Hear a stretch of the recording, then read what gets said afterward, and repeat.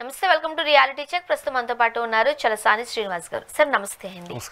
Good news, Amaravati నిర్మాణానికి సంబంధించి world bank నుంచి ఫస్ట్ ఇన్స్టాల్మెంట్ మంజూరు అయింది.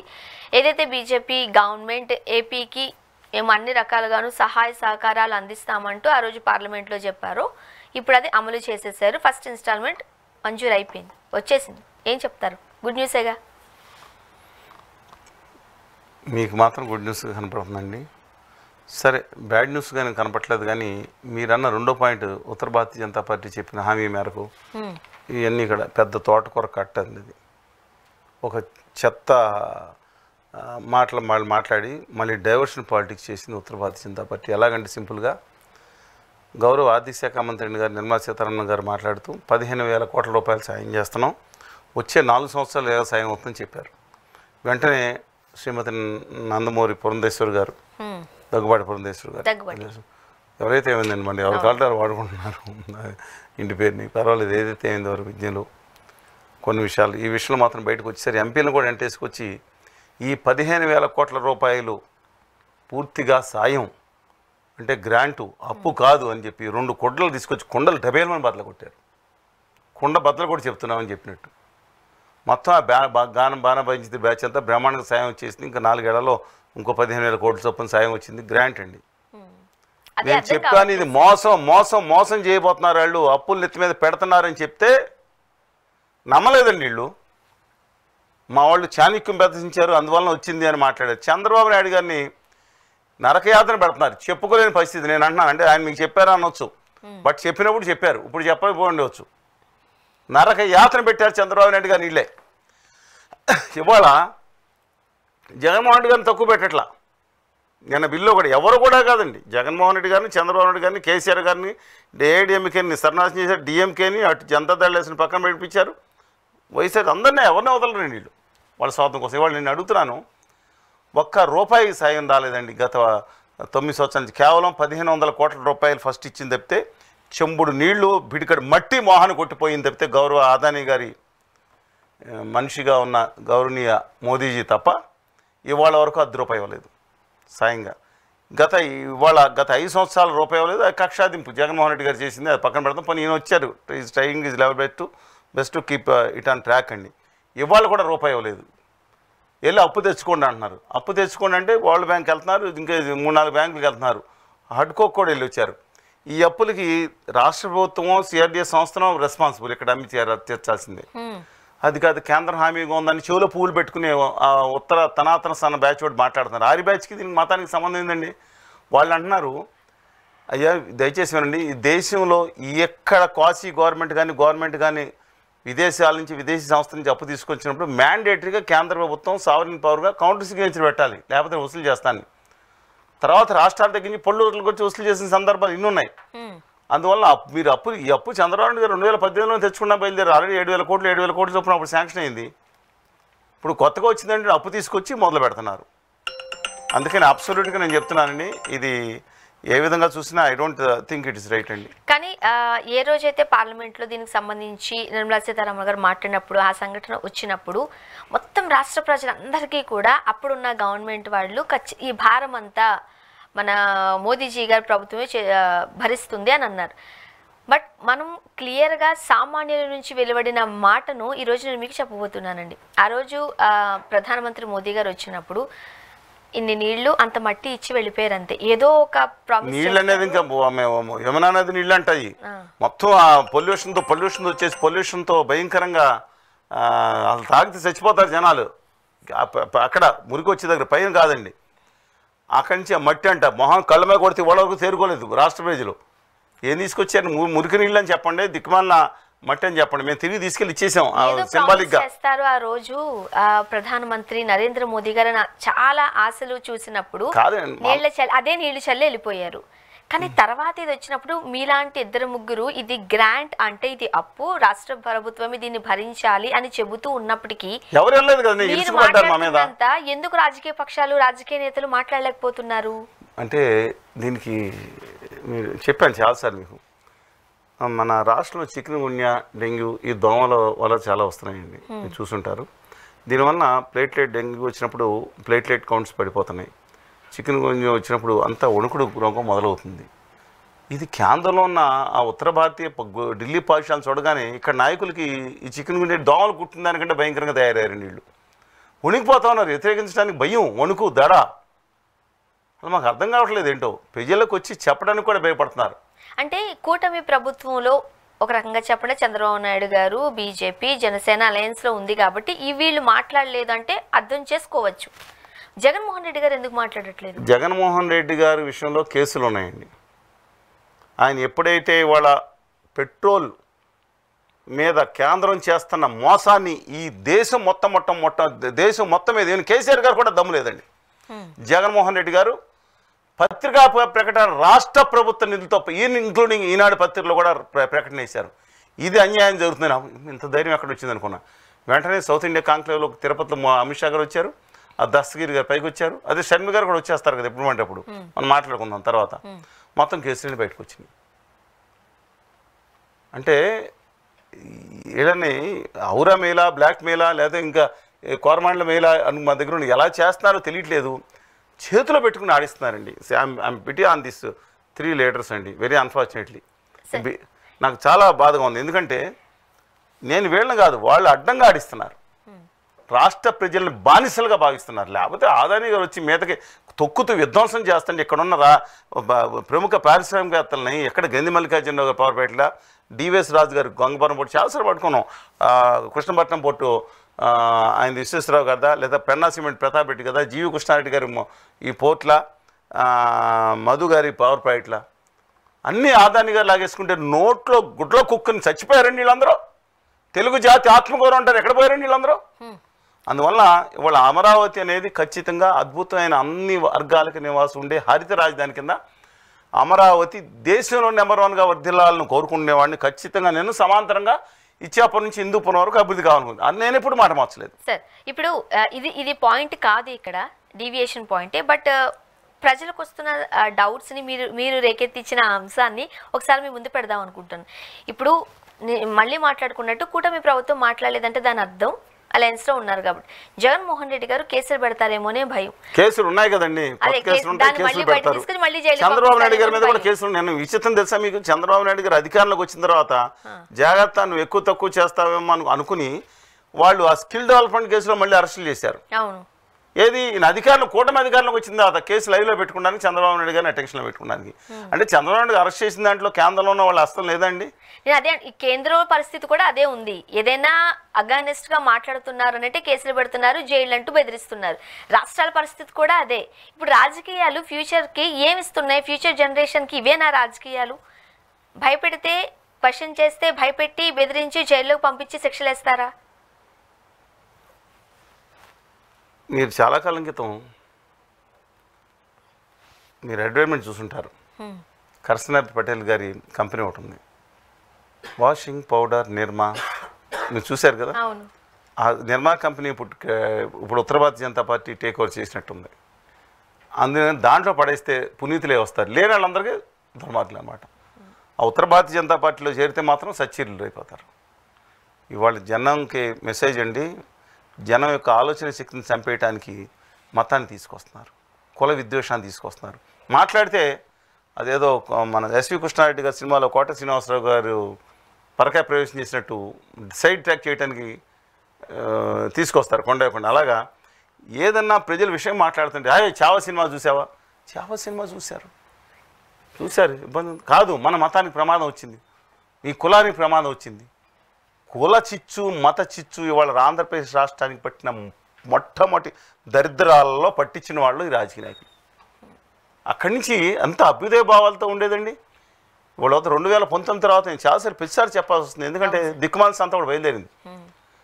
2019 తర్వాత మేము ఉధృతంగా ఉద్యమం చేసాం. అంతకు ముందు కంటే 95% మేజర్ మీడియాలు చూపించలేదు. నేను అయినా వాళ్ళు ఏమన్నాం, అది తెలుసుకోకుండా ఉద్యమాలు లేదంటారేంటి? అంతకన్నా తీవ్రంగా ఉద్యమించాం. ఇప్పుడు అదే ఇష్యూ కదా సార్. నిన్న కాక మొన్న రాష్ట్రం అంతా మనం మాట్లాడుకుందాం పోలవరం, కానీ రాష్ట్రం అంతా తిరుగుతున్నాను, 99% మీడియాలు చూపించట్లేదు. ఏం చేయమంటారు నన్ను? అయినా మా పని మేము చేసుకుంటూ వెళ్తున్నాం. కాదు సార్, ఇప్పుడు రాజకీయ సంబంధించి ఎవరైనా మాట్లాడుతుంటుంటే వాళ్ళని జైల్లో వేస్తున్నారు. వాళ్ళకి అగైనెస్ట్ గా మీడియా ఏమైనా పనిచేసి ఇలాంటి ఫుటేజ్ మీరు చేస్తున్న స్వతంత్రంగా పనిచేసే వాళ్ళని నొక్కేస్తున్నారు. శాటిలైట్ ఛానల్స్ అయితే ఆపేస్తున్నారు. డ్యూ రెస్పెక్ట్స్ దండం పెట్టి చెప్తున్నాను, ఏమో తప్పుగా మాట్లాడాను ఎవరి గురించి. మేము చేసిన తప్పు ఏంటంటే ఎవరిని చెప్పులు పెట్టి కొట్టామా, ఏమన్నా బూతులు తిట్టానా? నా రాష్ట్రం గురించి మాట్లాడతాను, పోలవరం గురించి కూడా మాట్లాడదాం తర్వాత. కానీ ఒకటి చెప్తున్నాను, అమరావతి బాగా వర్ధిల్లాలని కోరుకునే వాళ్ళు మేము ఒక్కళ్ళం. ఈ దేశంలో మిగతా సింగపూర్ సంగతి నాకు తెలియదు, దేశంలో అనేక మంది దాదాపు 30 మంది నిపుణులు అందరితో చర్చలు జరిపి ఒక సంగ్రహణ నివేదికను ముఖ్యమంత్రి గారికి, సిఆర్డిఐ ఆయన సిఇఓకి ఇద్దరికి మేము అందజేసాము. అక్కడ ఐఏఎస్ అధికారి కూడా ఉంది. ఇంతవరకు ఈ విధంగా రిపోర్టు సంగ్రహంగా ఇచ్చిన వాళ్ళు ఎవరు లేరండి అదర్ దాన్ ఇన్ దిస్ కంట్రీలో అని చెప్పడం జరిగింది. అందుకని అది బాగుండాలని కోరుకుంటాం. అన్ని వర్గాల నివాసం ఉండేటట్టు, ఓన్లీ ఒక బడా వర్గాలు కాకుండా సింగపూర్, దాంట్లో సింగపూర్ వెళ్ళొచ్చాను. సింగపూర్ ప్రభుత్వం పిలిచింది. ఇప్పుడు అత్యంత సుందరీకరణంగా అమరావతిని మార్చేస్తున్నాము, మీరు అన్నట్టు సింగపూర్ గా మార్చేస్తామంటున్నారు కదా. ఆ భవనాలు, ఆ ఎత్తైన ఒక రకంగా చెప్పాలంటే నిర్మాణాలు ఉంటే సరిపోతుందా? ఏమండి నాకు అర్థం కాదు ఏంటంటే, ఆల్రెడీ దాని వెస్ట్ బైపాస్ వస్తుంది. లోపల నగర నిర్మాణంలో ఏదైతే రోడ్లు మిగతా వాళ్ళకి రైతులకి ప్లాట్లు ఇచ్చి అక్కడ బేసిక్ ఇన్ఫ్రాస్ట్రక్చర్ అయితే అక్కడ దాంతోపాటు ఉపాధి జరగాలి. ఆ ఉపాధి మీద కాన్సన్ట్రేషన్ చేస్తే జనాభా పెరుగుతుంది, దాన్ని అది డెవలప్ అవుతుంది. అంతేగాని గాల్లో డెవలప్ చేసి రేట్లు పెంచితే నిలబడదండి. దాని మీద కాన్సన్ట్రేషన్. మళ్ళీ ఐకానిక్ బ్రిడ్జ్ అంటావు. ఆల్రెడీ ఒక బ్రిడ్జ్ చేయడానికి 15 ఏళ్ళు 20 ఏళ్ళు పడుతుంది బెస్ట్. ఈ రాష్ట్రంలో అన్ని చోట్ల ఉంది, నిజామాబాద్కి, కర్నూలుకి, అనంతపురంకి, ఏలూరుకి, శ్రీకాకుళంకి అన్నిటికీ బైపాస్ ఉంది. విజయవాడకి మాత్రం బైపాస్ లేదు. విచిత్రంగా లేదండి. అది వస్తుంది కదా, మళ్ళీ ఇంకో ఐకానిక్ బ్రిడ్జ్. అక్కడ కాన్సన్ట్రేట్ చేయాల్సిన రైతులు భూములు ఇచ్చారండి, వాళ్ళకి వాళ్ళది రేట్లు పెరిగింది. దానికి కన్సిస్టెన్సీ ఉండాలంటే అక్కడ ఒక ఉపాధి అవకాశాలు రావాలి. దామే పెట్టమనండి కాన్సన్ట్రేషన్. అక్కడ అన్ని ప్రాంతాలతో పాటు అక్కడ కూడా పెట్టాలి కదా. అందువలన my humble request the honourable chief minister of Andhra Pradesh, దయచేసి అక్కడ కాన్సన్ట్రేషన్ చేయండి, విభజన హామీల మీద కాన్సన్ట్రేషన్ చేయండి. అన్ని ప్రాంతాలతో పాటు అది కూడా అభివృద్ధి అవుతుంది. అంతేగాని ఉత్తర భారతీయ జనతా పార్టీ అద్భుతంగా ఇచ్చేసింది అని అబద్ధాలు చెప్పి ప్రజలను మోసం చేయొద్దండి దయచేసి, with due respect to you. ఎందుకంటున్నానంటే మనకు సాయం చేసింది కేంద్రం అండగా. ఏంటి అందంగా ఉందండి, ₹1 ఇవ్వలేదండి. మీరు తిప్పలు పడి తెచ్చుకుంటున్నారు, పిల్లర్ టు పోస్ట్ తిరుగుతున్నారు. వీళ్ళ వేరే ఫ్యాన్స్ ఉన్నారు, వీళ్ళు బయలుదేరుతారు మాట్లాడితే. డబ్బులు తెచ్చుకోవడం బాగానే ఉంది సార్, రేపు పొద్దున తీర్చడానికి CRD self sufficient town city అవుతుందండి డెఫినెట్గా. బట్ నేను అడుగుతున్నాను, కేంద్రం ఏం చేస్తుందని బూడిది? మళ్ళీ ఆయన పిలుస్తారా? కొంచెం ఆత్మగౌరవం కూడా లేదా? నేను అడుగుతాను, అక్కడికి ఎవరిని పిలిచారండి? నేను కేసీఆర్ గారిని పిలిచారు. కేసీఆర్ గారు తిట్టిన బూతులు ఏంటో చెవులు ఏంటో రక్తాలు కారుతాయి. సరే, తోటి ముఖ్యమంత్రిని పిలిచారు. మరి అక్కడ ఆంధ్రప్రదేశ్ గురించి ఆ రోజు ఆత్మత్యాగం చేసిన ఒక్కడి పేరు ఉందండి అక్కడ? పెట్టుబడిదారుల పేర్లు తప్పితే ఆంధ్రప్రదేశ్ ఒక జాతి ఏదైతే ఉందో తమ అమరవీరులకి గుర్తింపులు చేయలేని ఒక జాతి డెవలప్ అవుతుందా? ఈ రాజకీయ నాయకులు వీళ్ళందరూ హూమేరిట్ మీద రాజు జగన్మోహన్ రెడ్డి గారు కూడా ఎవరిని కానివ్వండి. అక్కడ సమైకాంధ్ర కోసం తెలంగాణ ఏదో అంటున్నారు కేసీఆర్ గారిని, 550 మందిని గుర్తించారు, ఇంకా గుర్తించాల్సిన కాదంటలేదు. ఒక్క మనిషిని గుర్తించారా? తుమ్మి సందీప్ చనిపోతే ఆ ఫైల్స్ అని పంపిస్తే ఒక్క మనిషికి కూడా ఆత్మత్యాగం చేసుకున్న మనిషిని కూడా గౌరవించలేని ఈ పాలకులు, ఆ ప్రభుత్వం, వీళ్ళు మళ్ళీ ఇంకోళ్ళ గురించి మాట్లాడండి, ఎవరన్నా మాట్లాడమనండి. అసలు ఆత్మత్యాగం చేసిన వాడు ఒక దిక్కుమాల ఉద్యోగ నాయకుడు, సర్వనాశనం చేసిన ఉద్యోగ నాయకుడు నెత్తి మీద పెట్టుకుని అందరూ తిప్పుతున్నారు. దుర్మార్గంగా నీచంగా వ్యవహరించాడు ఆంధ్రప్రదేశ్ హక్కుల పట్ల. ఆ పేరు చెప్పడానికి కూడా అసహ్యం నాకు.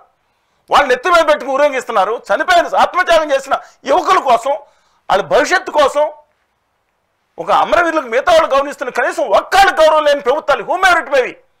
ఇప్పుడు 3వ ప్రభుత్వం నడుస్తుంది. అక్కడ సిగ్గు ఉండాలి వాళ్ళకి. నేను చెప్తా, సిగ్గు లేదా అండి? చనిపోయిన వాళ్ళు గౌరవించలేని ప్రభుత్వాలు మీ హ్యూమెరిట్ మేవి 3 ప్రభుత్వాలు. వాళ్ళ పరిస్థితి అలా అయింది. ఇప్పుడు 2027 వరకు అయితే ఖచ్చితంగా పోలవరాన్ని కంప్లీట్ చేసేస్తూ ఉంటున్నారు చంద్రబాబు నాయుడు గారు. చాలా మందికి అర్థం కాని ప్రశ్న, ఇప్పుడు పోలవరాన్ని ఎవరు కంప్లీట్ చేయాలి? మీరేమంటారు? నేను ఇప్పుడు ఇది లేఖ రాశాం ముఖ్యమంత్రి గారికి, 36 మంది ఎంపీలకి రాశాం. నేను సిపిఎం రాష్ట్ర కార్యదర్శి, అంటే దీంట్లో మా కార్యదర్శిగా ఉన్న శ్రీనివాసరావు గారు, కె రామకృష్ణ గారు, అలాగే జేడి లక్ష్మణ్ గారు, వివి లక్ష్మణ్ గారు, మేమందరం కూడా ఒక లేఖ రాసి, ఇదిగోండి ఈ లేఖ రాసి, వారితో పాటు 35 మంది ఎవరికి 35 మందికి పంపించామండి మేము, ఎవరికి పార్లమెంట్ సభ్యులు కూడా పంపిస్తే ఎంత దుర్మార్గంగా ఉందంటే అండి, 2 ఎంపీలు మాత్రం రెస్పాండ్ అయ్యారు. ఒకళ్ళు మిథున్ రెడ్డి గారు, రెండో ఆయన లావు శ్రీకృష్ణదేవరాయలు గారు. మిథున్ రెడ్డి గారు నేను మాట్లాడుతున్నాను అన్నారు, పార్లమెంట్ కూడా ప్రస్తావించారు. శ్రీకృష్ణదేవరాయలు గారు నేను స్పందిస్తాను, ఇదిగోండి చంద్రబాబు నాయుడు గారు రాసి, ఇదిగోండి రాసి మేమందరం సంతకాలు పెట్టించి 35 మంది ఎంపీలు, ఒక ఆయన లేరు 35 మంది ఎంపీలకి పంపించి మొత్తుకోడని చెప్తున్నా, ఒక్క స్పందించలేదు. తీరని అన్యాయం, శాశ్వత నష్టం ఆంధ్రప్రదేశ్ పోలవరంలో జరిగిపోయిందండి. ఎలా సార్, ఎందుకు జరిగిపోయింది? నేను చెప్తున్నాను, దుర్మార్గమైన బడ్జెట్, ఒక చెత్త బడ్జెట్ ఆంధ్రప్రదేశ్ వరకు, ఒక నీచమైన బడ్జెట్. ఇది నీచమైన బడ్జెట్ ఆంధ్రప్రదేశ్ వరకు. పొగుతారా బడ్జెట్ని? చదువుకున్నారా? మీ లెక్కలు వచ్చా? వాళ్ళకి ఎవరైనా లెక్కలు వచ్చా అండి?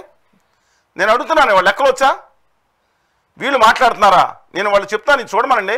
ఐఎమ్ కమింగ్ బ్యాక్ టు, నేను ఒకసారి నేను ఇది చూపిస్తాను, మీరు కూడా చూడాలి. ఎందుకంటే ప్రతి ఒక్కళ్ళు ఇది ఒకసారి జూమ్ చేయండి. ఇదిగోండి ఊరినే ఇది 36 తర్వాత బడ్జెట్లో వచ్చింది. 36 తర్వాత 37 పాయింట్ లేదు, 38 వచ్చింది. మీ లెక్కల మ్యాచ్ ఎవరు తెలియదు, మరి ఆవిడ లెక్కల మ్యాచ్ ఇంత దరిద్రం ఇదో బడ్జెటా? 36 తర్వాత 38 దొంగ పాయింట్ కింద నుంచి ప్రాజెక్ట్ని డెడ్ స్టోరేజ్ ప్రాజెక్ట్, మళ్ళీ ఒక్కళ్ళు దయచేసి ప్రతి ఒక్కళ్ళేనండి, పోలవరం ప్రాజెక్ట్ని అది 135 అడుగులు లోపుంటే దాన్ని డెడ్ స్టోరేజ్లోనే నీళ్ళు ఉంటాయండి. 150 అడుగుల వరకు ఉంటే ఉన్న బ్యాలెన్స్ 15 ఫీట్లోనే లైవ్ స్టోరేజ్ ఉంటుంది. ఈ ప్రపంచ చరిత్రలో అర్జెంటీనా నుంచి మీరు జపాన్ వరకు వెళ్ళినా మల్టీపర్పస్ ప్రాజెక్టుల్లో చూస్తే, బహుళార్థ సాగత ప్రాజెక్టులో చూసుకుంటే అంటే అది ఎలక్ట్రిసిటీకి, మంచినీటికి, తాగునీటికి అన్నిటికి ఉపయోగపడే, స్టోరేజ్కి ఉపయోగపడే ప్రాజెక్టు. గ్రౌండ్ వాటర్స్ కూడా పెరుగుతాయి చుట్టుపక్కల. ప్రపంచ చరిత్రలో ఒక మల్టీపర్పస్ ప్రాజెక్ట్ డెడ్ స్టోరేజ్ ప్రాజెక్టుగా వాళ్ళ బడ్జెట్లో చేశారు. ఇది నేను మొత్తుకుంటే 99% మంది తెలియకుండా జరిగిపోయిందండి. ఎందుకంటే నా రాజకీయ నాయకులు ఆపాట్లీ పార్టీలు 35 మంది ఉత్సవ విగ్రహాలు ఉన్నాయి ఢిల్లీలో, ఎంపీలు వాళ్ళు దేని పని చేస్తారని పెట్టుకో మాట్లాడి విమర్శించమన్నాను. ధైర్యం ఉంటే మీ 35 మందికి చర్చకు రండి.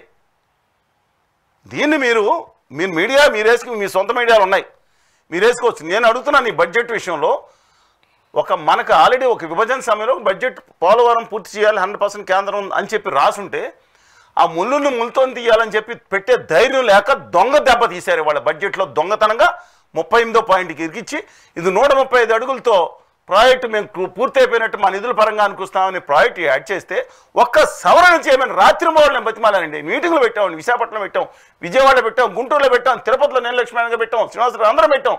రాష్ట్ర వ్యాప్తంగా తిరిగితే 1% కూడా 0.1% ప్రజలకు మీ మీడియా చెప్పలేదండి. మేము చేసిన పాపం ఏంటండి? నేను తిట్టానా చంద్రబాబు గారిని, జగన్మోహన్ రెడ్డి గారిని, లేదా కళ్యాణ్ గారిని ఏమైనా ఒక మాట అన్నానండి తప్పుగా? మేము ఎందుకని మేము రాష్ట్రం అంతా అయినా మేము చేసుకుంటూ వెళ్తాం మీడియా, కానీ ఎందుకు తెలియచేయట్లేదు? మేము చేసిన తప్పేంటి? ఇది అత్యంత ప్రమాదకరమైన విషయం. నేను చెప్పబోయేది అత్యంత రాష్ట్రానికి శాశ్వతంగా నష్టం జరిగే విషయం. ఆ పోలవరం ప్రాజెక్ట్ నాకు తెలియక అడుగుతాను.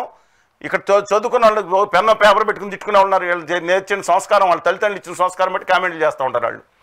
ఇది ఏం ఎట్టు పెట్టినా వాళ్ళ తల్లిదండ్రులు చెందుతుంది, వాళ్ళ పెంపకాన్ని చెందుతుంది, అంతే కదండి. మనం వాళ్ళని అడగకూడదు. ఏం రాసుకున్నా నేను ఒకటి అడుగుతాను, ధైర్యం ఉంటే మాట్లాడమానండి. ఇవాళ పోలవరం ప్రాజెక్ట్ ఏదైతే ఉందో 135 అడుగులు డెడ్ స్టోరేజ్ ప్రాజెక్ట్ చేసేస్తున్నారు. ఒక సవరణ ఇప్పించండి. పార్లమెంట్లో బీజేపీలో చాలామంది సవరణ చేశారు బడ్జెట్లో. ఇది తప్పు అని నేను అడిగితే ఒక్కళ్ళు కూడా ఎందుకు ధైర్యం లేదండి? ఇంకోటి కూడా చెప్తున్నాను, ఇవాళ బడ్జెట్లో పెట్టారండి. అది ఇంతకుముందు 2017 ఎస్ఆర్ రేట్ల ప్రకారం 57,000 కోట్లు. దయచేసి ఇవ్వండి, పెద్ద సుదీర్ఘంగా ఉండదు, అర నిమిషం ఉంటుంది వాళ్ళకు. 57,000 కోట్లు, 55,000 కోట్లకు అప్రూవ్ అయిందన్నారు. పవర్ కంపౌండ్ ఇస్తే ఇంకా తక్కువకి. 2017లో 55,000 కోట్లు అప్రూవ్ అయింది. 2025లో ఎంత కావాలంటే 79,000, 80,000 కోట్లు అవుతుంది కదా. అది 30,000 కోట్లు తగ్గిపోయిందని చెప్పి ఆ బడ్జెట్లో పెట్టారేంటి? చెవిలో క్యాబేజీ ఊలు పొలిపితే సిగ్గు లేకుండా కూర్చున్నారండి వీళ్ళు. నేను కడుపు బాధతో నేను మాట్లాడతానండి. పోలవరం సాధనతో ఎర్రనాథస్వామి గారు పెద్ద చనిపోయారు.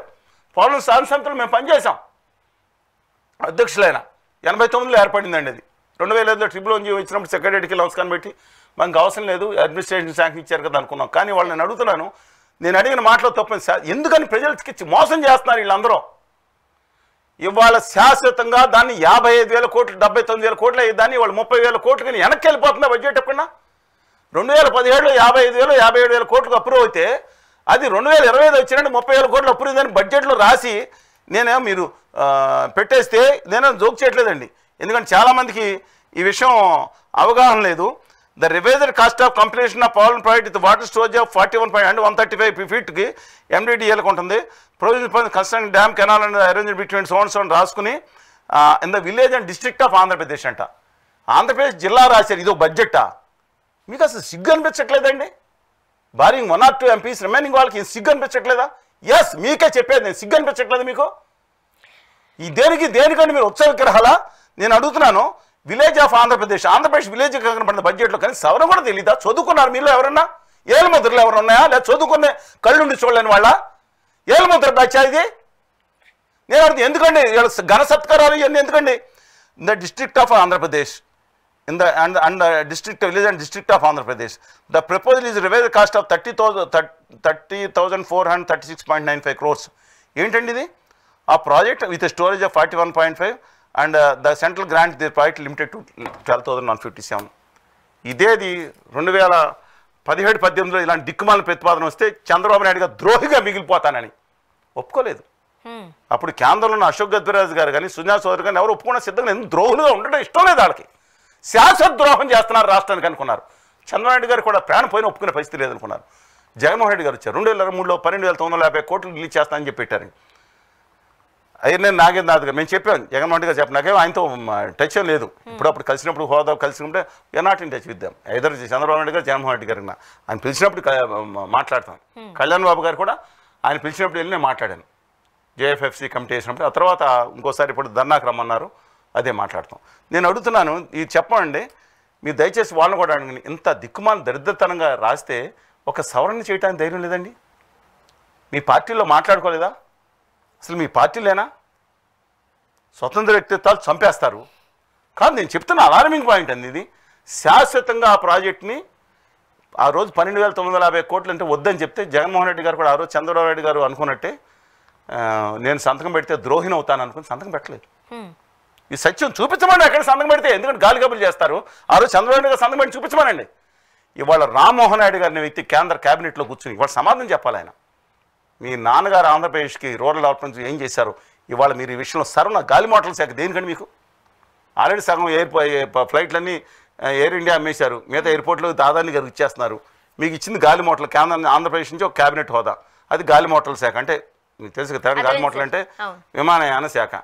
సరే సంతోషం. మీరు కూర్చుని క్యాబినెట్ మంత్రి కూర్చుని ఆంధ్రప్రదేశ్కి మరణ శాసనం వేయడానికి తలకాయ ఊపారా? మీరు ఇవ్వండి. Due respects to you.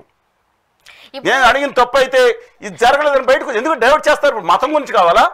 వక్ఫుల్ నుంచి విరోచితంగా మాట్లాడాలా? ఆంధ్రప్రదేశ్కి నేను ఇంకా చెప్తాను, కృష్ణా జిల్లాలో కూడా ఎంత మోసం చేశారో చెప్తాను.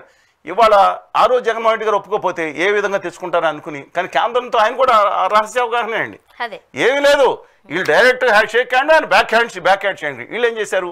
అయినా ఆయనకున్న గుడ్ ఇన్ఫ్లుయెన్సెస్ వినయ్ విధేయరాంలో ఉన్నారు కదా, ఆ డబ్బులు ఇవ్వండి చెప్తే ఏ అకౌంట్ లెవెల్లో తెలియక నిర్మలా సీతారామన్ గారు అనుకుంటా మరి హామీ ఇచ్చారు. జగన్ గారు విధేయంగా పనిచేస్తున్నారు కాబట్టి 10,400 కోట్ల రూపాయలు 2 రోజులు ఆంధ్రప్రదేశ్కి మూసేసిన 2014 లోటు తీసేసి భర్తీ ఓపెన్ చేసి 10,400 కోట్లు 2 రోజులు ఇచ్చారు.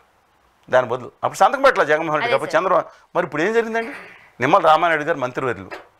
ఇవాళ నేను చెప్తాను, ఎవరు చెప్పినా దేశ చరిత్రలో ఇవాళ పోలవరం ప్రాజెక్ట్ని శాశ్వతంగా దిక్కుమాలంగా దానిగా ఒక డీల్గా చేసిన దౌర్భాగ్య స్థితికి మీరు పాల్పడ్డారు లేదని మీరు హృదయసాక్షి మీరు ఆలోచించుకోండి. నేను చెప్పను. ఇక ఈయన ఉన్నారు కళ్యాణ్ బాబు గారు. మరి ఆదాని గారు చెప్పారు, ఎవరు చెప్పారు తెలీదు. మిగతాదంటండి ఆంధ్రప్రదేశ్ ప్రజల నెత్తిన బాధి 40,000 కోట్లు ఎంత అవుతుందో, ఏది రిహాబిలేషన్కి 135 నుంచి అబోవ్ దానికి బాధి ప్రజల నుంచి సెస్ చేసి పొల్లోడు కొట్టి డైరెక్ట్గా పొల్లోడు కొట్టే పన్నులు అదనంగా వేసి ఇప్పుడే పన్నుల భారతం జనం చచ్చిపోతుంటే దాంతో బ్యాలెన్స్ కంప్లీట్ చేస్తే ఎలా ఉంటుందని అద్భుతమైన ఆదాని గారు ఆలోచన వచ్చినట్టుంది. అసలు నాకు అర్థం కాదు. కొంతసేపు నేను ఆంధ్రప్రదేశ్ సంబంధించిన వ్యక్తేనని, కానీ ఆ రోజు సత్య చెగువేరా స్ఫూర్తి మాయావతి గారి కాళ్ళకు దండం పెట్టారు. అలాగే ఉత్తరాది అహంకారం నశించాలన్నారు. పొచ్చే గోదావరితో జీవితం లేదన్నారు. ఆ మనిషి నాకు డౌట్ వచ్చి ఇద్దరు స్పిట్ పర్సనాలిటీ ఏమనండి. ఇవాళ మారాలని కోరుకుంటున్నాను నేను పాజిటివ్గా. ఇవాళ అడుగుతున్నాను ఏంటండి ఇది? ఇవాళ మళ్ళా చెప్తున్నాను, ఇవాళ కనుక ఎన్డీఏ ప్రభుత్వం ఛత్తీస్గఢ్ ఒడిశాలో కూడా అధికారంలో ఉంది. ఇవాళ కనుక పూర్తి స్థాయిలో రిహాబిలేషన్ చేయించి 150 అడుగులు నీళ్ళు నిలబెట్టకపోతే శాశ్వత నష్టం జరుగుతుంది. ఇంకోటి చెప్తున్నారు, ప్రాజెక్ట్ పూర్తి స్థాయిలో కడదాం. ఇదే మొత్తం మోసానికి కారణం. మీరు 2024 పూర్తి చేస్తారా? ఏమండి ఎందుకండి ఎవరైనా అనిల్ కుమార్ యాదవ్ గారు, అంబటి రాంబాబు గారు, అంతకుముందు ఉమా గారు, ఇప్పుడు రామానాయుడు గారు ఈయన ఎక్కువ మాట్లాడలేదు అనుకోండి. వీళ్ళు ఏం చేస్తున్నారంటే డైవర్ట్ చేసేస్తున్నారు. మేము ఈ ప్రాజెక్ట్ ఆల్రెడీ స్పిల్వే ఇవన్నీ కూడా మొత్తం మేజర్ కన్స్ట్రక్షన్ అంతా 150 అడుగులు ఎత్తు నీళ్ళు పెడితే కంప్లీట్ అయిపోయింది. కాలువలు కూడా అయిపోయింది. 98% ఒకటి, 90% ఒకటి అయిపోయింది. కేవలం రాతి మట్టి కట్టడం అంటే ఎర్త్కమ్ రాక్ఫీల్డ్ డ్యామ్ అనేది చిన్నది కట్టాలి. దానికి 2-3 వేల కోట్లు ఉంది, అంత మించి కాదని. అది కూడా తగ్గించి కట్టడానికి వీల్లేదు. ఎందుకంటే డ్యామ్ డిజైన్స్ అప్రూవ్ అయిన తర్వాత ఎవరితో కట్టి తీరాల్సిందే. మేము 150 అడుగులు ఎత్తి కట్టుతాం కొట్టి చూసుకొని ఈ మాటలు మాట్లాడుతున్నారు. నీళ్ళు ఎంతకి నిలబెడుతున్నారు మీరు చూడాలి. నీళ్ళు ఎంతకి మీరు వాళ్ళ అంతిమంగా ఒకటి చెప్తున్నాను, ఇది కొండండి. ఇక్కడ 2 విలేజ్లు మునిగిపోతున్నాయి, ఇక్కడ 15 విలేజ్లు మునుగుతున్నాయి ఉంటాయి పూర్తి స్థాయిలో కడితే. ఇక్కడ దాకా రోడ్డు ఉంది. ఇప్పుడు ఏం చేస్తానంటే ఇక్కడ దాకా రిహాబిలిటేషన్ తీసి ఏళ్ళని తీసుకెళ్ళి వేరే దగ్గర పెడతారంట. మరి పైన ఉన్న 15 విలేజ్ వాళ్ళు ఎలా దిగుతారండి, ఎలా బతుకుతారండి? మనుషులం కదా మన మనుషులేం కదా. ఆలోచిస్తాం. పెన్ను పేపర్ ఉంది కదా మీ దగ్గర, లేకపోతే సెల్ ఫోన్ ఉంది కదా. ఆ నాయకుడు ఈ నాయకుడు వేరే పని చేయడం కాకుండా ఇక్కడ ఆదివాసుల గురించి మాట్లాడండి. ఎలా బతుకుతారండి? వాళ్ళకి రిహాబిలిటేషన్ పూర్తి చేసింది మేము వాళ్ళ ముంచేసి వాళ్ళ కన్యాలతో ఇక పంట పండించుకోవాలని ఏ రైతు కోరుకుంటలేదు. వాళ్ళకి న్యాయం చేయమంటున్నారు. ఇది చాలా సీరియస్ ఇష్యూ అండి. పోలవరం అనేది చాలా సీరియస్ ఇష్యూ. రాష్ట్రం అంతా తిరుగుతున్నాయి. మీరు చేసిన దుర్మార్గం అండి. మీ మీడియా ఎందుకు అట్లేదండి? నేను ఎవరిని ఒక మాట ఇప్పటికీ గౌరవిస్తాను, ఇప్పటికీ నమస్కారం పెడతాను తప్ప. నేను వాళ్ళు ఏమన్నా నేను ఒక మాట ఎవరిని కూడా మాట్లాడను, తప్పుగా మాట్లాడను. ఏ నాయకుడిని కూడా అసభ్యంగా అటుంచి అనుచితంగా కూడా మాట్లాడిన మాటలకి స్పందించే వాళ్ళు ఎవరు లేరు ఉంటారు. లేకపోవడం అంత లేకుండానే ఆంధ్రప్రదేశ్ నేను బంద్ పిలిపిస్తే రాష్ట్ర ప్రభుత్వం బంద్ చేయలేదా? నేను రాత్రి బిజిలీ బంద్ అని అంటే ఆ రోజు అంటే విద్యుత్ బంద్ అంటే ముఖ్యమంత్రి మా ఆఫీస్ నుంచి ప్రతిపక్ష నాయకుడు ఆఫీస్ వరకు రాత్రి కార్యాలయంలో లైట్లు ఆర్పేసి కూర్చోలేదా? లేకపోతే నేను పెడితే ముఖ్యమంత్రితో సహా అందరూ మద్దతు ఇవ్వలేదా ఆ రోజు? అందువల్ల అది ఇవాళ ఆ రోజు కొంతన్నా ఒక 1% అన్న స్వార్థం లేకుండా పనిచేశారు. ఇవాళ 99.999% మరి అంత పర్సెంటేజ్ ఉన్నప్పుడు న్యాయం జరుగుతుంది. రాజకీయ నాయకులు ప్రజల్లో ఈ కుల చిచ్చు మత్తిచ్చు రెచ్చగొట్టుకోకుండా ఉంటే ప్రజల్లో భావితరాలు బాగుండాలని ఉండదండి. ఇవాళ విభజన హామీలు ప్రత్యేక హోదా వస్తే భావితరాల్లో 15 లక్షల మంది ఇక్కడ ఇండస్ట్రియలిస్టులు అవుతారు. 1.5 కోటి మంది ఆ శ్రీకాకుళంలో ఉన్న, ఆంధ్రపూర్లో ఉన్న, హిందూపూర్లో ఉన్న, పల్నాడులో ఉన్న అక్కడే ఉద్యోగాలు చేసుకుంటే ఆత్మగౌరవం తల్లిదండ్రుల దగ్గర బతుకుతారు అని లేదండి. ఎప్పుడు మీరు చెబుతూ ఉంటారు జనరేషన్స్ గురించి, దాని గురించి భావితరాలండి. ఇప్పుడు నాకు మిమ్మల్ని ఒక క్వశ్చన్ అనిపిస్తుంది, ఇంకా ఎక్కడ ఉన్నారు మీరు? ఏపీకి ప్రత్యేక హోదా, విభజన హోదా అన్న విషయాన్ని ఏపీ ప్రజలే మర్చిపోయారు. కాదు మర్చిపోయేలాగా మత చిచ్చు చావా సినిమా చూడండి, లేకపోతే ఈ సినిమా చూడండి. ఈ నాయకుడిని తిట్టారు, ఆ నాయకుడిని తిట్టాను, డైవర్ట్ చేసుకుంటా, ఆ నాయకుడు వచ్చాడు, ఈ నాయకుడు ఇది చేసుకుంటూ ఈశాన్య రాష్ట్రాల్లో ఇంకా అమలవుతుంది. అసలు ఈ ఒక్క హక్కు లేకపోయినా ఇవాళ గుజరాత్లో 100% విభజన హామీల్లో రాయత్వం ఆంధ్రప్రదేశ్కి రావాల్సింది మొత్తం తీసుకెళ్ళిపోయి 100% హక్కు లేకుండా గుజరాత్కి ఇస్తున్నాడు. చావలేని అడగలేని చావ చచ్చిన నాయకులండి వీళ్ళు. సరే, ఇప్పుడు మనం వక్ఫ్ బోర్డు దగ్గరకు వద్దామండి. సవరణ బిల్లుకి సంబంధించి పాత దానికి ఇప్పటికీ సో అల్టిమేట్గా చాలా మంచిగా సవరణ బిల్లు జరిగింది అని అంటున్నారు. విపక్షాలు ఎప్పుడు తెలిసిందే తప్పు పడుతూ ఉంటాయి. మీ వెర్షన్ ఏంటి? మీరేమంటారు? మీరు తిట్టించడానికి నన్ను తయారయ్యారు. ఎందుకంటే మీరు ఆ ఘటన ఈ ఘటన ఉండాలనే పరిస్థితి ప్రజలను తీసుకెళ్ళిపోయారండి. మీరుంటే అటు తనాతన ఆర్య సనాతనవాదాన్ని పెట్టుకొచ్చారు. మా దక్షిణాదికి వచ్చిందని పుస్తకం ఉందా? విద్య మింది పర్వతాల దగ్గర కింద ఉండే వాళ్ళకి మా ఆర్య సనాతనం ఆర్యవర్తనం తీస్తుంది. మనకు సంబంధం లేదయా, మా దేశ మూలవాసనం, మాకు దేవుళ్ళు ఉన్నారు, మీరు ఎవరో అని చెప్తున్నాయి. జనం ఈపిచ్చే పరిస్థితిలో లేకుండా వాళ్ళు చేస్తున్నారు. మీరు ఎందుకు సబ్జెక్ట్ వచ్చిందంటే ఇది ఇప్పుడు మీరు అడిగిన దానికి స్ట్రైట్గా ఏంటి? వక్ఫ్ బోర్డుకి సంబంధించి కాదు నేను అడుగుతున్నా. దీనికి మతాలు తీసుకొచ్చారు, అది మత ఇష్యూ పరంగా. కానీ నేను ఒకటి చెప్తున్నాను, 2 విషయాలు దీంట్లో. వక్ఫ్ బోర్డులో జరిగిన తర్వాత 1956 కానీ 2013 కానీ సవరణలు అండి ఏకపక్షంగా జరిగాయి అప్పట్లో. ఖచ్చితంగా చెప్తున్నాను. ఓకే, ఇవాళ ఊళ్ళే సంబంధం లేదని. ఇప్పుడు తమిళనాడులో ఒక దేవాలయం ఉంది, షణ్ముఖ దేవాలయం, 1500 సంవత్సరాల క్రితం అనే ఆధారాలు ఉన్నాయి. అప్పటికి అక్కడ ముస్లిం పాలకులే లేరు, దానం ఇచ్చేవాళ్ళే లేరు. ఆ ఊరు మొత్తంతో సహా, ల్యాండ్ మొత్తంతో సహా వక్ఫ్ బోర్డు దాన్ని తీర్మానం చేస్తే దాన్ని క్వశ్చన్ చేయకుండా మొత్తం ఇళ్ళకి లోన్ కూడా ఇచ్చే పరిస్థితి లేదండి. ఇవాళ నేను నిజంగా, ఎందుకంటే ఆ వక్ఫ్ బోర్డు మతిస్తేనే ముస్లిం సెక్యులరిస్ట్. ఏంటంటే సెక్యులరిస్ట్ నాకు అర్థం కాదు. నిజాలు నిర్భయంగా మాట్లాడలేరా? నానానికి 2 కోణాలు ఉన్నాయి, అందుకని చెప్తాను. మొదటి కోణం ఏంటంటే ఇది డెఫినెట్గా వక్ఫ్ బోర్డు దాంట్లో సవరణ జరగాల్సిందే, వాళ్ళదే అంతిమం కాదు. ఇదేమైనా ట్రిబ్యునల్? ఇది ట్రిబ్యునల్ అంటే నీటిపారుదల మీద కాన్స్టిట్యూషనల్ అమెండ్మెంట్ జరిగింది, దాని మీద tribunal is final. Even supreme court cannot interfere with tribunal final judgement, interim judgement. అలాంటిది ఇదేమో ట్రిబ్యునల్ అండి. వక్ఫ్ బోర్డు అంటే ఒక నిర్ణయం తీసుకుని మాదని రాసిస్తే ఖచ్చితంగా నా అభిప్రాయం ప్రకారం వక్ఫ్ బోర్డులో సవరణ అవసరం, నేను చెప్తా ఉన్నాను. ఓకే, కానీ ఏకపక్షమైన సవరణ చేశారు. మళ్ళీ ఇదేంటంటే నేను చెప్తున్నాను, మళ్ళీ వీళ్ళు తిట్టుకుంటారు, ఆర్య సనాతనవాదులు అని వాళ్ళు బయలుదేరి వీళ్ళు తిట్టుకుంటారు, అటు తిట్టు. డెఫినెట్గా దాంట్లో రియాలిటీని అర్థం చేసుకోవాలి. దాన్ని అన్ని లక్షల ఎకరాలు నిజంగా ఏ పేద ముస్లిమ్స్ కన్నా వీళ్ళు న్యాయం చేస్తున్నారండి? నిజంగా చెప్తాను, న్యాయం చేస్తున్నారా? అందువలన మై హంబుల్ రిక్వెస్ట్ ఏంటంటే కొంత అభ్యుదయ భావంతో ఆలోచించాలి. ముస్లిం ఫెటర్నిటీలో కొంతమంది అభ్యుదయ భావం వాళ్ళు చాలామంది ఉన్నారు, వాళ్ళు మిగతా వాళ్ళని కన్విన్స్ చేసి కొన్ని సవరణలకు యాక్సెప్ట్ చేయించాలి. అలాగే ఒక హిందూ దేవాలయంలో కాశీ దాంట్లో ఉంటుందండి, లేకపోతే అయోధ్య కమిటీలో ఎవరన్నా ఇతరులను వేస్తారండి? ముస్లిమ్స్ క్రిస్టియన్స్ వేస్తారు. నేను మిమ్మల్ని అదే అడగబోతున్నా, సవరణలోని అన్ని పాయింట్స్ మీకు ఆమోదయోగ్యం ఎక్సెప్ట్ 2-3 పాయింట్స్ తప్ప మిగతా ఆమోదయోగ్యం అండి. అందులో ఒక పాయింట్ ఇంకా 2 అందులో ఒక పాయింట్ ఏంటంటే వేస్తే కుదురుతుందా? ఇప్పుడు మతాల మధ్య చిచ్చు పెట్టడమే కదా ఇది. మతాల మధ్య చిచ్చు పెడతాను నేను అనుకోనండి. బట్ ఇప్పుడు సామాన్యులకు వచ్చిన డౌట్ నా దగ్గర ఉండింది సార్. ఇప్పుడు ఏ దేవాలయానికి వెళ్ళినా మనం ఫస్ట్ ఆఫ్ ఆల్ హిందూ దేవాలయాలు చూసుకుందాం, టిటిడి కావచ్చు, లేకపోతే అన్నవరం దేవాలయం కావచ్చు, ఎక్కడైనా సరే హిందువులు పరమ పవిత్రంగా భావించే ఆ ప్రమిసెస్లో అన్య మతస్థులు వెళ్ళి ప్రచారం చేయడం అనేది 200% తప్పు. అది అలా జరుగుతుంది కదండి, జరుగుతుంది. దేవస్థానం ఎంతమంది అన్ని మతస్థులు ఉన్నారు? అదే నేను చెప్తా. ఓకే, గుడి కింద ఎవరైతే మత ఘర్షణలకు లోను కాకుండా ఒక వ్యాపారాలు, చిన్న చిన్న వ్యాపారాలు, పూలు అవి ఇవి అమ్ముకున్నారో వీళ్ళు ముస్లిమ్స్కి సంబంధించిన వాళ్ళని చెప్పి వాళ్ళని ఆ షాపులన్నీ తీపిచ్చేసిన సందర్భాలు మనం చూసాం. వెంకటేశ్వరంకి ఎవరు పంపించిన స్వర్ణ పుష్పాలతో అభిషేకం జరుగుతుంది తెలుసా మీకు? మహబూబ్నగర్లో ఉన్న ఒక ముస్లిం మతస్థులు వారు పంపించిన దాంట్లో బీబీ నాంచారిని, మరి కలియుగ దేవుని వెంకటేశ్వరం బీబీ నాంచారిని అంటూ ఉంటారు. అది తప్పండి. కింద వాడు వ్యాపారం చేసుకుంటూ ఉంటే అలాగా చేయటం సరైన పద్ధతి కాదు. కానీ దేవాలయాల్లో మాత్రం ఇవాళ వెంకటేశ్వరం మనం వెళ్తామండి, మేము వెళ్తూ ఉంటాం. వెళ్ళి నమస్కారం పెట్టే టైంకి పక్కన ఎందుకే దేవుడు మీకు అని పక్కన ఎవరన్నా ఎంప్లాయీ అన్నాడు అనుకోండి, ఆధ్యాత్మికతతో పాటు మనసు బాధ కలగదా? తప్పు అది. ఇది కూడా తప్పు అంటున్నారు కొంతమంది. ఉండొచ్చు అంటున్నారు. ఉండొచ్చు అన్నప్పుడు మసీదులో కూడా వెళ్తాము. ఒక మసీదులోకి వెళ్ళి క్రిస్టియన్ లేకపోతే ముందు ఎందుకంటే ఇక్కడ ఎవరు లేరు ఇక్కడ దేవుడు అని అంటే అక్కడ బాధ కలగదా? అందువల్ల వక్ఫ్ బోర్డుకి సంబంధించి 2 మహిళలు ఉండొచ్చు అని అన్నారు. మహిళలను పెట్టడం కూడా అవసరమే, అంటే ఉండే అవకాశం కూడా లేకపోలేదు అంటున్నారు. మరి ఏదన్నా దాంతో పాటు ఒకటి ఉండే, ఎందుకంటే కలెక్టర్ దగ్గర నుంచి చేంజెస్ కమిటీ చేయడం, రాష్ట్ర ప్రభుత్వాలు నిర్ణయం తీసుకుంటాం, బై అండ్ లార్జ్ ఈ విధంగా ఏదైతుందో అంటే కొన్ని అవసరమండి. వాళ్ళ ఏకపక్ష నిర్ణయాలు ఏదైతుందో ఒక ఫోర్త్ చాలా తీసుకుంది. ఇక కోర్టు కూడా ప్రశ్నించే హక్కు లేదనే విధంగా వాడు వెళ్ళిపోయారు. అందువలన అపార్ట్ ఫ్రమ్ దట్ చాలా ఇబ్బంది. అది దాంట్లో సవరణ చేయాల్సిందే. అలాగే ఈ కమిటీలు ఇలా వీళ్ళు ఏదైతే మైనార్టీ మతస్థులు ఉన్నారో వాళ్ళు జరుగుతున్న అన్యాయం ఇప్పుడు ఏదైతే కొత్త సవరణ ఉందో దాన్ని సరి చేయాల్సిందే.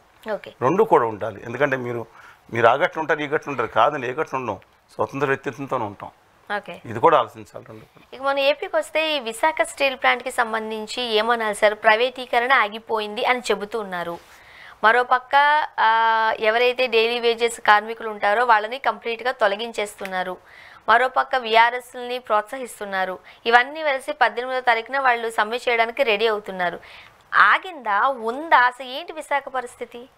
ఏమండి, ఆదాని గారు లేదా గుమా వ్యాపారులు అంటే గుజరాతీ మార్వాడి మీరు అనుకుంటారు, గుట్టుగా మాయ చేసి అనుకుంటారు, మీరు ఎవరు అనుకోవచ్చు. నా అభిప్రాయం అది. వాళ్ళ వ్యాపారులు కనిపడిన తర్వాత విధ్వంసం కాకుండా ఉంటుందా? తెలుగు జాతి చరిత్ర మొత్తం ఇవాళ బానిసలుగా చేసి ఆడిస్తున్న గుమా వ్యాపారుల చేతిలో విశాఖపట్నం మీద కనపడిందండి. ఇవాళ ఏదైతే ఉందో ఆ గంగవరం పోర్టుని ఎలా ఆదాని గారు అడ్డంగా కాజేశారు, నిలువుగా కాజేశారు. రాష్ట్ర ప్రభుత్వానికి సంబంధించిన కొన్ని సంవత్సరాల్లో రాష్ట్రానికి చెందుతుందండి. అన్ని వేల ఎకరాలతో పాటు 30,000, 40,000 కోట్లు, 50,000 కోట్లు వీళ్ళు పోతుందో ఆ ప్రైవేట్ తెలియదు. అప్రాక్సిమేట్లీ వాటర్ పెంపి అది మొత్తం రాష్ట్రానికి చెందాల్సిందని ఆ రోజు తీసుకున్నప్పుడు మేము రాష్ట్ర ప్రభుత్వం రాసిచ్చింది. దాంతో ఉన్న ప్రభుత్వ వాటాను కూడా పావులాబేడ కాజేస్తే సిగ్గు లేకుండా పోనీ ఆయన జగన్మోహన్ రెడ్డి గారు ఇచ్చేశారు. మరి ఇప్పుడు చంద్రబాబు నాయుడు గారు తీయొచ్చు కదా. కాకినాడ సీపోర్ట్ కోసం వ్యక్తుల గురించి టేకప్ చేశారు, సంతోషం. మరి రాష్ట్ర ప్రభుత్వాన్ని కాపాడేవారు ఎవరండి? వ్యక్తి గురించి కాపాడుతానుకున్నప్పుడు మోడీ గారన్నా, ఆదాని గారన్నా దడ వణుకు అందరు వాళ్ళు జగన్మోహన్ రెడ్డి గారు కానీ నేను కానీ ఇంకా 3 ఆయన గురించి నేను చెప్పడం అవసరం. ఎందుకంటే ఆయన వాళ్ళతో పాటు ఉన్నారు వీళ్ళన్నా. అందుకని ఎక్కువసేపు మాట్లాడకూడదు కానీ అవసరం మనం వారి గురించి, గవర్నీల గురించి. అందుకని coming back to this point, ఇవాళ 11,400 కోట్లు అన్నారు, 10,300 కోట్లు చిల్లర 400 ఈ లెక్కలు వేసుకొచ్చారు. నేను అడుగుతున్నాను, మొన్న జీతాలు ఇవ్వలేదని చాలామందికి ఏంటని అడిగితే డబ్బులు దేనికన్నాం. దేనికంటేనంటండి ఇంతకుముందే బ్యాంకుల దగ్గర నుంచి అడ్వాన్స్ తీసుకుని తిరిగి కడతానికంట, దానికి వడ్డీలు కడతానికంట, ఆ గుమ్మ వ్యాపారులు మిగతా వాళ్ళు ఎవరు సప్లైస్ బాకీలు తీర్చడానికంట, కనీసం దాన్ని అభివృద్ధికి పెట్టాలి కదా రూపాయలు, అది కూడా పెట్టరంట. దేనికండి ఈ డబ్బులు ఇచ్చింది అంటే దీన్ని తయారు చేసి మేకను అమ్మేసే ముందర మేక ఒక ఉజ్జలహారం వేసి ఆ ఉజ్జలహారంతో పాటు అమ్మేస్తారనమాట. ఇవన్న కాక మొన్న ఆర్టీఐ యాక్ట్ చేస్తే మేము వెనక్కి వెళ్ళిన లేదు, దీపం పథకం నుంచి 4 రోజుల క్రితం మేము చేస్తే కుమారస్వామి గారు పాపం మంచి అన్నాడు కానీ ఏం చేస్తారు పాపం, ఇలా అడ్డంగా చేస్తా దీన్ని ఒక్కొక్కటిగా ఇవాళ ఎంప్లాయీస్ పేక మీద 1500 మంది తీసేయడానికి కత్తిపెట్టి దుర్మార్గం వ్యవహరిస్తుంటే చేతకాని చావచచ్చిన పాలకులు అంటే మళ్ళీ అడుగుతున్నాను. తెలంగాణ సమాజం నా తెలుగు బిడ్డలే ధైర్యంగా పోరాడుతున్నాను. 90% మంది ఆ గుజరాతీ పాటలు పాడుకునే బ్యాచ్ తప్ప నీ హూమేరిట్ బేబీ వాళ్ళు వెస్లీ గారు కానీ సాంబశివరావు గారు కానీ సోదరులు రేవంత్ రెడ్డి గారు లేదా కేటీఆర్ గారు కానీ సోదరులు ప్రవీణ్ కుమార్ గారు కానీ మీ ఎవరు చెప్పండి, అందరూ కూడా బట్టి విక్రమార్క గారు కానీ నిలబడి పోరాడుతుంటే ఆంధ్రప్రదేశ్లో ఎంత బానిసలు. నేను చెప్తున్నాను, బాధపడినా మీరు నేనే కాదు, నేనేం తప్పు మాట్లాడితే చెప్పండి. తమ హక్కుల కోసం మాట్లాడలేని ఏ జాతన్నా వాళ్ళ ప్రజలకి అన్యాయం చేయట్లేదండి. నేను చెప్తున్నా, ఇవాళ విశాఖపట్నం స్టీల్ ప్లాంట్ని పులి నరమాంసం రుచిమైన పులికి 4 అడుగులు వెనక్కేసి ఉంటే అది ఇంకా ప్రమాదకరం ముందుకు దూకటానికి. అందువలన ఇవాళ ఏదైతే విశాఖపట్నాన్ని కబ్జా పెట్టుకుంటానని చూశారో గుమ్మా వ్యాపారులు, దాని నుంచి వెనక్కి వెళ్ళట్లేదు. అవి పాస్ ఇచ్చారు, దయచేసి ఆలోచించుకోవాలి. ఇవాళ ఏదైతే ఉందో మీరందరూ, నేను ఒకటే చాలాసార్లు చెప్పాను, with due respect to the honourable chief minister of Andhra Pradesh Chandrababu గారు కానీ, అపోజిషన్ లీడర్ హోదా లేకపోయినా అపోజిషన్ లీడర్, ఆయనకి 40% ఓట్లు వచ్చినాయి జగన్మోహన్ రెడ్డి గారు కానీ, ఇక బీజేపీతో పాటు ఆదాని గారు పార్టీతో పాటు ఉన్న కళ్యాణ్ బాబు గారికి అని చెప్పడం చెప్పడం అనవసరం కానీ చెప్తున్నాం, ఇది రెస్పెక్ట్ ఉంది కాబట్టి. మీతో పాటు ఎలాగో శ్రీనివాసరావు గారు, రామకృష్ణ గారు అందరూ పక్కనే ఉంటారు, జయలక్ష్మి గారు మేము ఉంటాం. మీ అందరూ ఒక వేదిక మీదకి వచ్చి నుంచుని తొడగొట్టక్కర్లేదులేండి, మీసాల మీద నుంచుంటే ఈ ప్రపంచం మొత్తం మీద ఎవడు, ఎందుకంటే మీకు ఆల్రెడీ రేవంత్ రెడ్డి గారు వచ్చేళ్ళారు అక్కడికి. విశాఖపట్నం స్టీల్ ప్లాంట్ సభలో పాల్గొన్నారు రేవంత్ రెడ్డి గారు, పక్ష మినిస్టర్.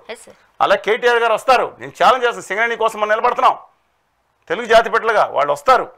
13 కోట్ల మంది తెలుగు జాతి తమ ఆత్మార్థంతో సాధించుకున్న విశాఖపట్నం కోసం నిలబడుంటే దమ్మున్న ఆ ట్రంప్ వస్తాడా, ట్రంప్ గారి బాబాయ్ వస్తాడా, ఆ ట్రంప్ గారి పెంపుడు హ్యాపీగా ఉంచుకున్న ఆదాని గారు వస్తారా, లేకపోతే ఏ గుమా వ్యాపారులు వస్తారా తేల్చొద్దాం దమ్ముంటే. ఆ రోజు పవన్ కళ్యాణ్ గారు విశాఖ స్టీల్ ప్లాంట్ ఏమంటే ఆయన అమరావతిలో అది ఏమన్నారంటే మొదటి రోజు ఇది మంచి నిర్ణయం తీసుకున్నాం గవర్నమెంట్ అని మాట్లాడారు. ఏదో ఆలోచించే నిర్ణయం తీసుకున్నాను మాట్లాడి తర్వాత టాపిక్ మార్చారు. తర్వాత మళ్ళీ మార్చి దీక్ష అని ఢిల్లీలో అలా చేస్తుంటే విశాఖపట్నం అనేసి అమరావతిలో దీక్ష పెట్టి జగన్మోహన్ రెడ్డి గారి మీద పడ్డారు. ఇప్పుడన్నా సరే నేను అన్నాను, ఆ రోజు నేను వాళ్ళకి చెప్తున్నా, I'm having still some good opinion about him. తిరిగి మారాలి. ఆ విష వలయంలో చిక్కుకున్నారు ఆయన. సచ్ ఏ పవర్ఫుల్ పర్సనాలిటీ, అంతటి వీరాభిమానులు ఉన్న పర్సనాలిటీ. ఇవాళ ప్రత్యేక హోదా కోసం ప్రాణాలు ఇస్తాననే టైప్లో మేము మధ్యలో చెల్లిపోయారు. మేము ఎప్పుడు ఉద్యమం ఆపలేదండి. 2019 ఉధృతంగా ఉద్యమం చేసాం, అంతకన్నా మా తర్వాత మెజరే చూపించలేదు. అందువల్ల with due respects to them దయచేసి నిలబడండి అంతే తప్ప మీరందరూ నాటకాలు ఆడినట్టు ఆడితే ప్రజలు, నేను చెప్తున్నానండి, చరిత్రలో ప్రజలు జ్ఞాపశక్తి అనుకుంటున్నారు, దీని కులం మీద మతం మీద రెచ్చగొట్టి ఇవాళ స్థానికంగా మీరు అనుకోవచ్చు శాశ్వతంగా ద్రోహులుగా మిగిలిపోతారు. సరే, ఫైనల్గా చెప్పండి, జగన్మోహన్ రెడ్డి గారు మరో ఒకసారి ఒక రకంగా మనం చెప్పండి అధికారం కోల్పోయి కాస్త ఇబ్బందికరమైన పరిస్థితుల్లోనే ఉన్నారు. మరోపక్క ఇంటి నుంచి ఆయనకి అత్యంత బాధాకరమైన సంఘటనలో లేకపోతే బాణాలు ఆయన వైపుకి వస్తూ ఉన్నాయి. షర్మిల గారు చాలా ఘాటుగా వ్యాఖ్యలు చేస్తున్నారు. మీరేం చెప్తారు? First of all Jaganmohan Reddy గారు చేసిన తడబాటు కనపడుతుంది. నేను ఒక బిల్లు, మీరు అన్నారు కాబట్టి ఒక బిల్లు లోక్సభలోనే వ్యతిరేకంగా తీర్మానం చేసి రాజ్యసభలో కూడా విప్ ఇచ్చారని వచ్చింది. ఇవాళ వైవి సుబ్బారెడ్డి గారికి వివరణ ఇచ్చారు. మేము ఇవ్వలేదు, మా విప్ ప్రకారం ప్రతి ఒక్కళ్ళు ఎగ్నెస్ట్గా ఓటేయాల్సిందే, ఒకళ్ళెవరిని ఓటేస్తే దట్ ఇస్ డిఫరెంట్ ఇష్యూ అని. కానీ తడబాటు కనపడింది. కానీ ఇష్యూ ఇక్కడ మీరు మాట్లాడిన వ్యక్తి గవర్నీరాలు వైఎస్ఆర్ తెలంగాణ పార్టీ మాజీ అధ్యక్షురాలు గారి గురించి మాట్లాడుతున్నారు. ఆ పక్క రాష్ట్రం ఉందిగా, పక్కదే పేరు కూడా మరి ఆంధ్రప్రదేశ్ అంత అసహ్యం ఏంటో నాకు అర్థం కాదు. ఆ పక్క రాష్ట్రంతో మాకు సంబంధం ఏంటి? నేను ఇక్కడే పుట్టా, ఇక్కడే పెరిగా, ఇక్కడే పిల్లలు కన్నాను, నా జీవితం అంతా ఇక్కడే, నా పక్క రాష్ట్రం సంబంధం లేదు, నేను ఇక్కడే ఉంటాను, పాలేరులో ఎప్పటికైనా ఎమ్మెల్యే అవుతాను గవర్నీరాలు శ్రీమతి షర్మిల గారు. నాకు అర్థం కావట్లేదు. వాళ్ళ ఆస్తి సగాదా ఉంటే తెచ్చుకోవచ్చు కదా. ఆంధ్రరత్న భవన్ అంటే అద్భుతమైన ఒక పోరాట చరిత్ర భవన్లో కూర్చుని ఆస్తి గురించి మాట్లాడారేంటండి? హోదా విభజన హామీల గురించి ఎందుకు మాట్లాడలేదండి? ఏదో షోపీస్ అది రావడానికి, ఏది ప్రత్యేక హోదా విభజన హామీ షోపీస్ కానండి. గవర్నీరాలు వారు ఆలోచించుకోవాలి. వాళ్ళ అన్నయ్య గారి ఇష్యూస్ కావాలంటే సెటిల్ చేసుకోవచ్చు కదా. మాట్లాడితే మీ అన్నయ్య గారి ఇష్యూలు, మీ కుటుంబ ఇష్యూలు ఇయేనండి రాష్ట్రానికి ముఖ్యం. అంటే అన్నగారు నాకు అర్థం అవ్వట్లేదండి. వివేక గారి హత్య విషయం తీసుకురావడము, తల్లిని జైలుకి పంపించిన జగన్మోహన్ రెడ్డి గారు అంటూ కాస్త పరుష పదజాలం వాడడాన్ని ఎలా చూడాలి? పెద్దలు వివేకానంద గారు చనిపోయినప్పుడు ఇవి ఏం మాట్లాడారండి? వైఎస్ఆర్ తెలంగాణ పార్టీ మాజీ అధ్యక్షురాలు అప్పుడు ఆ పార్టీలో ఉండగా ఏం మాట్లాడారు? చంద్రబాబు గారిని ఏమని మాట్లాడారు? ఇవాళ మాత్రం భుజాన పెట్టి తిరగవచ్చు ఏదన్నా కానీ వేరే సంగతి. ఆ రోజు ఏం మాట్లాడారండి? ఎవరైతే చేయించినట్టు మాట్లాడారు? జనం జ్ఞాపశక్తి తక్కువ ఉందా? జనానికి జ్ఞాపశక్తి తక్కువ ఉందా? నిజంగా చేసేస్తున్నారు వీళ్ళందరూ. పొద్దున్న రాత్రి వరకు స్వతంత్ర మీడియా ఉండాల్సిన అవసరం ఉందండి. నేను అంటున్నాను డ్యూ రెస్పెక్ట్ ఇవ్వాలి, లేకపోతే వాళ్ళు మారాల్సిన అవసరం ఉంది. డ్యూ రెస్పెక్ట్ ఇద్దామండి మీడియా. వారి గురించి మనం మాట్లాడకుండా కూడా అనవసరం అనుకుంటున్నాను. శ్రీమతి షర్మిల గారు వైఎస్ఆర్ తెలంగాణ పార్టీ మాజీ అధ్యక్షురాలు పారాచూట్లో తిరిగి డ్రాప్ చేయబడ్డారని అని పేరండి వారికి, పిసిసి అధ్యక్షురాల కింద. కానీ ఆ పార్టీ అధ్యక్షురాలు ఉన్నందువల్ల మనం గౌరవించాలి. ఎందుకని? ఉద్యమాల్లో కలిసి మనం వచ్చారు. పోలవరం దాంట్లో ఒకసారి కలిసి కూర్చున్నాం మీటింగ్ పెట్టినప్పుడు. కానీ ఒకటి మాత్రం ఎక్కడైతే పాపం ఎక్కడ ఇబ్బంది అవుతుంది అనుకుంటే వాళ్ళ అన్నగారిని టార్గెట్ చేయడానికి బోల్డని మార్గాలు ఉన్నాయి కదండి. ఈ పబ్లిక్ ప్లాట్ఫామ్నే కాంగ్రెస్ పార్టీని సోనియా గాంధీ గారు రాసి ఇచ్చారు. రాహుల్ గాంధీ గారు మీ అన్నయ్య గారిని టార్గెట్ చేయడానికి ఇదని ఆ రోజు మీ అన్నయ్య గారు మమ్మల్ని ఇబ్బంది పెట్టారని టార్గెట్ చేశారా? She's having lot of problem with due respect. Please come back to general issues అండి. మాట్లాడితే ఎప్పుడు పడితే అప్పుడు ఆయన మీద మీరు దాడి చేసుకోండి, ఎలా పర్సనల్ దాడి మీరు ఇష్టం అది. కానీ రాష్ట్ర సమస్యలను పక్కన పెడతారేంటండి? నాకు అర్థం కాదు. నిజంగా సునీత గారు చేసిన కేసు న్యాయం జరగాల్సిందే. నేను చాలాసార్లు ఇచ్చాను, సోషల్ మీడియాలో కూడా మాట్లాడాను. అది డెఫినెట్గా మాట్లాడాల్సిందే. కానీ మీకు అవసరం వచ్చినప్పుడు రాష్ట్రంలో వాళ్ళ పోలవరం ఇష్యూ వచ్చినప్పుడు ఎక్కడికి వెళ్ళిపోయారు మీరు? వాళ్ళ రాష్ట్రంలో స్టీల్ ప్లాంట్కు ఆయన వచ్చారు, ఆ తర్వాత ఏమైపోయారు? రాష్ట్రంలో వాళ్ళ ఎవరు పాపం ఫార్మసిస్టు ఆత్మహత్య చేసుకుంది కదండి. ఇవాళ ఇదే ఢిల్లీలో ఇంకెక్కడైనా జరిగితే ఇలా ఉంటుంది అంటే నేను ఇంకో జరగమని అట్లా జరిగింది అంతకుముందు ఉందని. ఎందుకని ఇక్కడ సమాజం స్పందించట్లేదు? అంటే ఒక చదువుకునే అమ్మాయి అక్కడున్న ఉద్యోగుల యొక్క వైద్యశాలలో ఉద్యోగస్తుల వేధింపులకు తాళలేక ఇంత దుర్మార్గమైన ఘటన జరిగితే రాష్ట్రం స్పందన లేదండి. సుగాలి ప్రీతి గారిది కేసు ఉంది కదా, అది ఏమైందండి? అంటే ఎలాంటి ఇష్యూస్ మీద మర్చిపోతారులే అనుకుంటున్నారేమో సార్. మర్చిపోవడానికి తీసుకొస్తారు భావోద్వేగాలు. అది ఆ సినిమా చూసారా? ఈ మతం చూడండి, ఆ మతం వాళ్ళు దుర్మార్గంగా ఉన్నారు, ఈ కులం వాళ్ళు ఎలా తిట్టారు, మన కులం వాళ్ళు ముఖ్యమంత్రి కావాలి, ఈ కులం వాళ్ళు ముఖ్యమంత్రి కావాలి, ఆ కులం వాళ్ళు దుర్మార్గుడు. ఇదేనండి దౌర్భాగ్య స్థితి. బాధాకరంలో ఒక రకంగా చెప్పండి రాష్ట్రాలు నెట్టివేయబడుతున్నాయేమో సార్. మన ఏమండి ఎంతటి గొప్ప జాతి అండి. ఎన్నిసార్లు చెప్పాను మీకు నేను. దాదాపు 11-12 లిపులు అనేక దేశాలు, చంపా దేశం, కెమరో, ఓల్డ్ సున్నీసు, ఇండోనేషియా, బర్మా, మోన్ లాంగ్వేజ్, వీటిలన్నింటితో పాటు తెలుగు, కన్నడ, 7 దేశాలు 5-6 దేశాల్లో లిపులు ఇచ్చిన తెలుగు జాతి, 8 రాష్ట్రాలకు ముఖ్యమంత్రిగా చేసిన తెలుగు జాతి, 2 దేశాలకు జాతీయ పతాకాలు ఇచ్చిన శ్రీలంక అండ్ ఇండియాకి ఇచ్చిన తెలుగు జాతి, ఈ ప్రపంచాన్ని కాపాడిన మానవాళిని ఇచ్చిన కాపాడటానికి ఉపయోగ ఎల్లప్రగడ గారి ఒక మహానుభావులను కన్నా తెలుగు జాతి, శౌర్య ప్రతాపాలలో తేడా వస్తే వెళ్ళి మగధ సామ్రాజ్యాన్ని ఉత్తర భారతదేశాన్ని ఏకంగా వెళ్ళి సిముకుడు జయించుకొచ్చిన ఆంధ్ర శాతవాహనం జయించిన తెలుగు జాతి, గుజరాత్ని కూడా జయించిన ఆంధ్రలో గొప్ప 2000 సంవత్సరాల క్రితం తెలుగు జాతి. ఇవాళ ఒక డొక్కా సీతమ్మ గారి లాంటి ఒక మానవతామూర్తులు ఉన్నవాళ్ళు, ఒక వేమన గారు లాంటి అభ్యుదయవాది, రామస్వామి గారు, లేకపోతే జాషువా గారు, అనేక మంది మన కందుకూరు వీరసింహం గారు అద్భుతమైన వాళ్ళు ఉన్న జాతి ఇవాళ బానిసత్వంతో ఉత్తర భారతీయ ఆర్య సనాతనవాదం పేరు మీద, సనాతనవాదాన్ని ఆర్య సనాతనవాదం అంటాం. వీళ్ళు మన దేవుడిని గుర్తించరంట చాలా మంది. ఎవరు మా వెంకటేశ్వర స్వామి గారిని, మా అయ్యప్ప స్వామి గారి, మా షిరిడి సాయిబాబాని గుర్తించండి. వీళ్ళు పురాణాలు లేవు కాబట్టి. మా ఎల్లమ్మనే, మా దేశంలో మా ఊళ్ళమ్మనే, మా సమ్మక్క సార్లక్కని కూడా దేవుళ్ళు కాదనే వాళ్ళండి వీళ్ళు. వాళ్ళకి ఆ పేర్లు ఎత్తుతున్నారు. అందుకని అబ్సల్యూట్లీ నా తెలుగు జాతి బాగుండాలని కోరుకుంటున్నాను. చూద్దాం sir. Right, thank you so much అండి. మీ అభిప్రాయాలు పంచుకున్నారు. Thanks for coming. Thank you very much. ఇది వాళ్ళ రియాలిటీ చెక్. Stay tune.